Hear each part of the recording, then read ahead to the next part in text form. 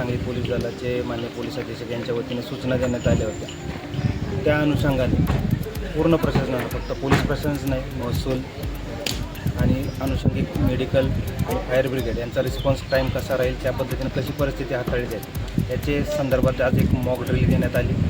सकाळी साधारणतः 11:30 वाजता ही मॉक ड्रिल सुरू होऊन आता या 2 वाजेपर्यंत ती संपलेली आहे। यामध्ये पोलीस प्रशासनातील शिराळा आणि वाळवा तालुक्यातील 6 पोलीस स्टेशनचे अधिकारी, अंमलदार, त्याच पद्धतीने सांगली पोलीस दलातील BDDSचे पथक, QRT पथक, डॉग स्क्वॉड हे या ठिकाणी हजर आले होते।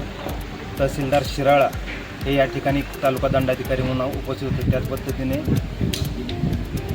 वैद्यकीय क्षेत्राचे 3 ॲम्ब्युलन्सची वाहनं, डॉक्टर, इतका सर्व लवाजमा इथे होता। आणि या ड्रिलमध्ये अतिरेकी हमला झाल्यानंतर कारवाई जी SOP आहे त्या पद्धतीनं आज इथं मॉक ड्रिल पार पडली।